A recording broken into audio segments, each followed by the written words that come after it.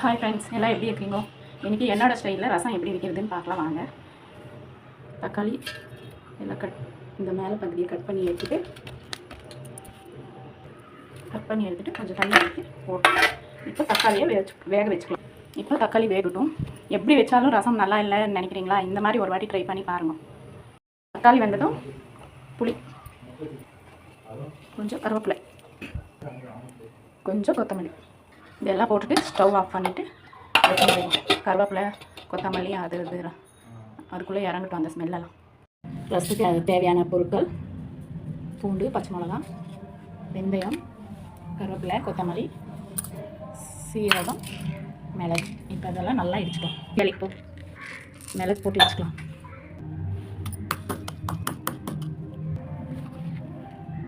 இந்த அளவுக்கு மிளகு ஆனதும் சீரகம் இதிலே போட்டு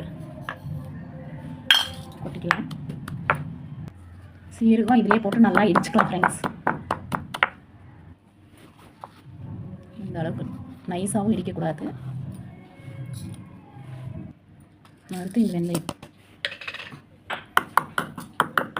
நல்லா இடிச்சுக்கலாம். வெந்தயம் இந்த அளவுக்கு ஆனது இது எடுத்து வச்சுக்கலாம். அடுத்தது பூண்டு. கொஞ்சம் ரசம் நிறைய வைக்கிறதுனால எல்லாம் ஜாஸ்தி போட்டுருக்குறேன். பூண்டவும் இடிச்சுக்கலாம் ஃப்ரெண்ட்ஸ். பூண்டு எடுத்து வச்சாச்சு. இந்த கருவேப்பிலையும் கொஞ்சம் ஒன்று ரெண்டாக இடிச்சுக்கலாம். எங்கள் அம்மா கருவேப்பிலையும் இடிச்சு போட்டால் ரசம் நல்லா கமகமாக இருக்குன்னு சொல்லுவாங்க.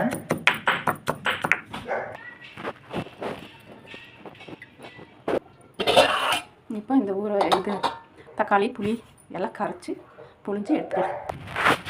உப்பு போட்டு நல்லா கையாலே நல்லா கசிஞ்சு எடுக்கலாம். ரசத்துக்கு புளி நல்லா கரைச்சி எடுத்தாச்சு. புளி, தக்காளி, கொத்தமல்லி, கருவேப்பிலை எல்லாம் செக்க தனியாக. இப்போ இதுக்கு இடித்து வச்ச சீரகம் மிளகு பாதி போட்டுக்கலாம். பாதி தாளிக்கு மேலே போட்டுக்கலாம், பாதி இதுக்குள்ளே போட்டுக்கலாம். ஒரு ஸ்பூன் சாம்பார் பொடி. நான் ரசத்துக்கு சாம்பார் பொடி தான் போடுவேன். சாம்பார் பொடி போட்டு வச்சாலும் சூப்பராக இருக்கும். செஞ்சு பாருங்கள்.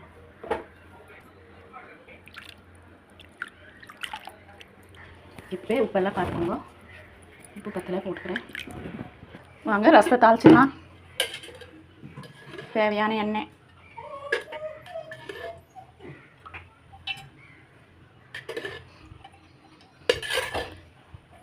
கடுகு, வெள்ளைப்பொடி கசக்கும், அதனால ஃபஸ்ட்டே போட்டால் கசக்காது. கருவேப்பிலை, பச்சை மிளகா லைட்டாக வரனா போதும். இப்போ மஞ்சள் தூள் போட்டுக்கலாம். அப்புறம் சீரகம், மிளகு போட்டு லைட்டாக வதக்கி விட்டுட்டு இந்த ரசத்தை எடுத்து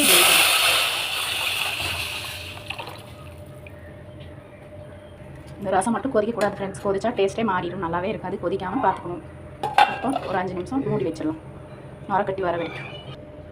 அடிக்கடி எடுத்து பார்த்துக்கணும். ஸ்டவ் கொஞ்சம் ஸ்லிம்லேயே வச்சு செய்யணும். ஜோராக வச்சா ரசம் நல்லா இருக்காது. கொஞ்சம் லைட்டாக ஸ்லிம் பண்ணிட்டு தான் வைக்கணும். பாருங்கள், இந்த மாதிரி ரசம் நுரக்கட்டு ஸ்டவ் ஆஃப் பண்ணிடணும். இப்போது இந்த ரசத்தை எடுத்து வேறு பாத்திரத்தில் மாற்றி ஆயிடுச்சு ரசம். கொத்தமல்லி போட்டு ஒரு 2 நிமிஷம் வச்சு முடியுது சாப்பிட. இந்த மாதிரி ரசம் நீங்கள் ஒரு வாட்டி ட்ரை பண்ணி பார்த்துட்டு கமெண்ட் பண்ணுங்க. Bye friends. இன்றைக்கி சாப்பாடு என்னென்னு பார்க்கலாம் வாங்க. சுட சுட சோறு, போட்டி ஃப்ரை, குடல் ஃப்ரை, ரசம், அவுச்ச முட்டை, தயிர் பிளேட் போட்டுக்கலாம். என் சிஸ்டர்லாம் சேனல் பிடிச்சிருந்தா எல்லோரும் லைக் பண்ணுங்க, ஷேர் பண்ணுங்க ஃப்ரெண்ட்ஸ், கமெண்ட் பண்ணுங்க. எடிட் பண்ணுறதுக்கெல்லாம் வராது. நாங்கள் எப்படி வீடியோ எடுக்கணும் அப்படியே போடுறேன். ரசத்துக்கும் போட்டி ஃப்ரைக்கும் காம்பினேஷன் சூப்பராக இருக்கும் ஃப்ரெண்ட்ஸ்.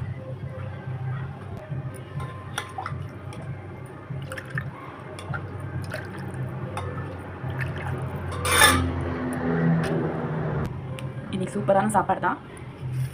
வாங்க எல்லோரும் சாப்பிடலாம். Bye friends. அடுத்த வீடியோவில் பார்க்கலாம்.